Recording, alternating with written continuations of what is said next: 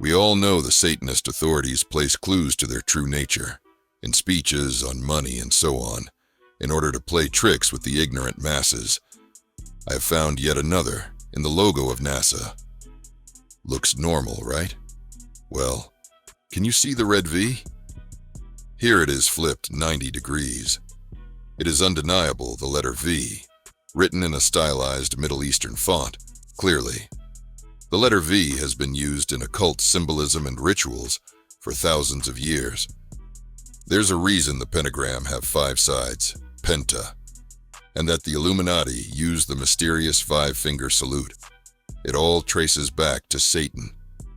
In addition to this, the meaning for the Hebrew letter for V or Vav is nail. Nail is one of the secret titles within the Brotherhood of Satan. How is this not proof? If you want even more, let's return to the NASA logo. Let's flip it 180 degrees.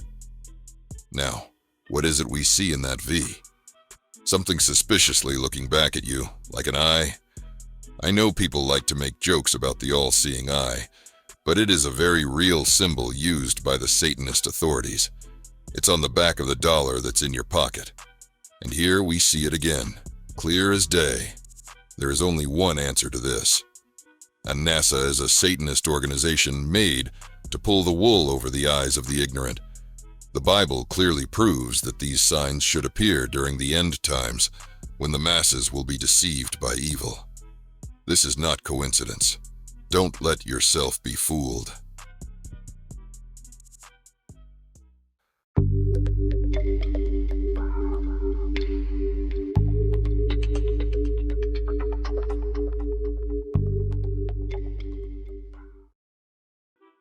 What's good, family? Welcome to another episode of The Power of Words, where the power of words sparks the power of knowledge that sparks the power of action. Think about this. Are the origins of NASA satanic? Claims about the demonic or satanic origins of NASA stem mostly from the occult activities of Jack Parsons, one of the main founders of the Jet Propulsion Laboratory, or JPL. He was also said to be a pioneer in rocketry. The following opinion is rooted in historical facts about Parsons' life and, in particular, his connection to the occultist Aleister Crowley.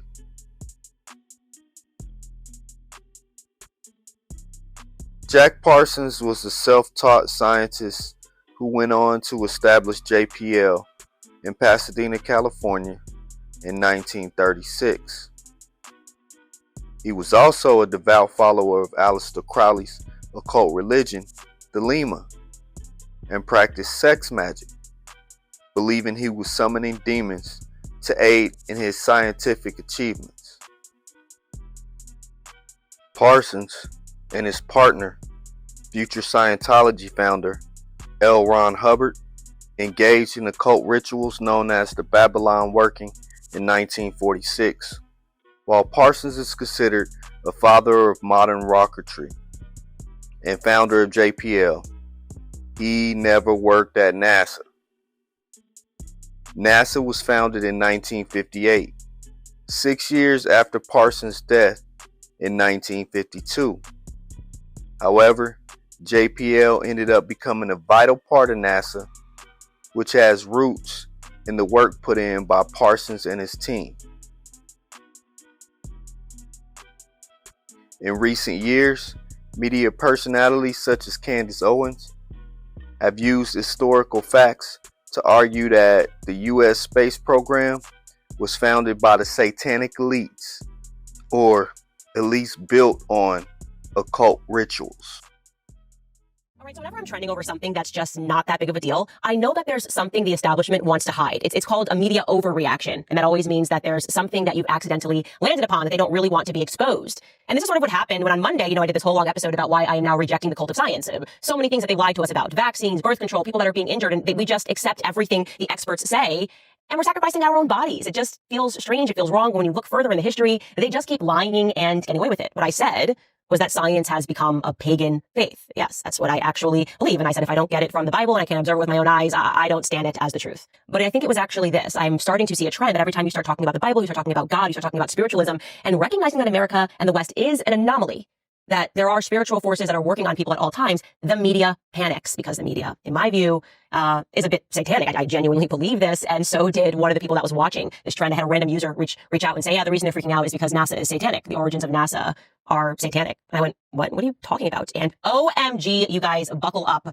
What I'm about to tell you, you're not even going to believe me, but you can just research this. I don't even have to go down a dark hole on Reddit. You can just literally open Wikipedia. It is so in our faces, and yet we don't learn about this. And now I understand why they are very upset with me.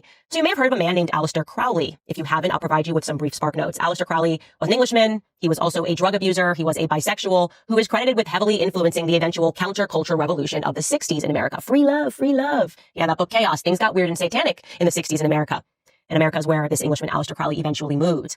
But what he is most famous for is black magic. He was an occultist who pledged his allegiance to demons. He believed that he could summon demons, okay? The story goes that when he was 13 years old, he read the book of Revelation in the Bible, and he became inspired, not by Jesus Christ, but by the seven-headed beast that is ridden by the whore of Babylon. And many of the elite in our society were his followers and believers. A Satanist. This is a fact. You can look this up. One such follower was a man named Jack Parsons, another wealthy young man. And here's what you should know about this time period. Before Jack Parsons enters the scene in America, the scientific consensus was that we would never enter space, that was an impossibility. But this rich kid, who also happens to be an occultist and who also would perform sex rituals and blood sacrifice to summon demons, well, no, he expressed the belief that they could fundamentally alter humanity, and he had a vision. He said, no, we can make this work. We can get to space. Check out this article. Again, this is published. You can look this up yourself. Here's the headline: Sex, Rocket Science, and Satanism. Meet NASA's real hidden figures. And I'm going to read you directly from this article because it's so unbelievable. My jaw was on the floor. It reads, quote, Jack Parsons is barely acknowledged on NASA's website, and he's the man who made rockets a reality and co-founded the agency's Jet Propulsion Lab, JPL, home to missions which paved the way for the Apollo programs and continue to explore Mars and outer space today. Now, I don't really rock with too much Candace Owens, but on this one, I felt she was on point. No disrespect at all to Candace Owens, but I like some of the points that she brought up in this. I really did. I also like the point that she brought up at the beginning of the podcast when she spoke about the quote, media overreaction, and the media being shook anytime somebody takes it too deep down a rabbit hole and uncovers some uncomfortable truths. Yeah, we all know that to be complete fact. I also like the fact that she called out the scientific pagan faith. And she called it that, just a pagan faith. I 100% agree. Man, I can remember a time when I was young and I was so fascinated with NASA. And like some of you out there, don't even lie, I admit I wanted to be an astronaut. So I asked my uncle, who was the pastor at the time of my church. I was a young lad. A young boy. I couldn't have been no more than 10 or so. I asked him why the Bible didn't talk about planets like I was learning in school. To be honest with you, I don't remember if he fully answered that question. God rest his soul. But my point is even as a child, being brought up in a God-fearing home, the so-called scientific narrative, I question that. For sure, I question the narrative. And this doctrine, the scientific method and all of this other stuff is taught to us as truth as kids. And this is all contrary to the word of the Most High. Y'all know I gotta have scripture back me up. You know what I'm saying? So here are a few verses that back me up. The first one is, one of my all-time favorites. I use it a lot. 1 Timothy 6:20. O Timothy, keep that which is committed to thy trust, avoiding profane and vain babblings and oppositions of science, falsely so called.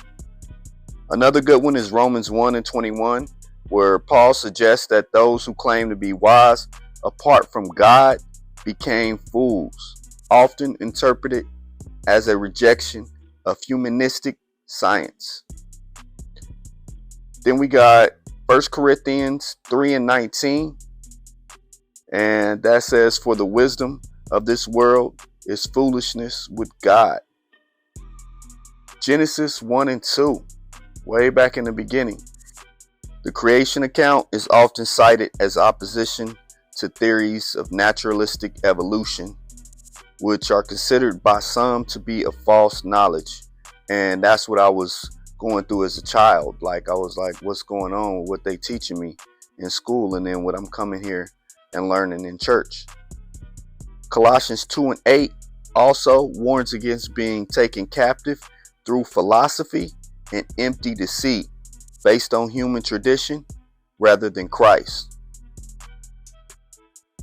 A lot of the things that she said about Jack Parsons and Aleister Crowley made me go and do additional research, thus coming up with this particular video. We talk a lot about what people would consider fringe topics on this channel. And we've done topics such as the firmament, stars, you name it, different things that prove that the Bible is real. So I'm going to continue to put out content like this. And my prayer is that these videos help prove the existence of the Most High and would go out there and edify someone and bring them to Christ. I would recommend you go check out that interview by Candace Owens. The full interview will be left in the description. This is the Power of Word signing off. And until next time, God bless ya.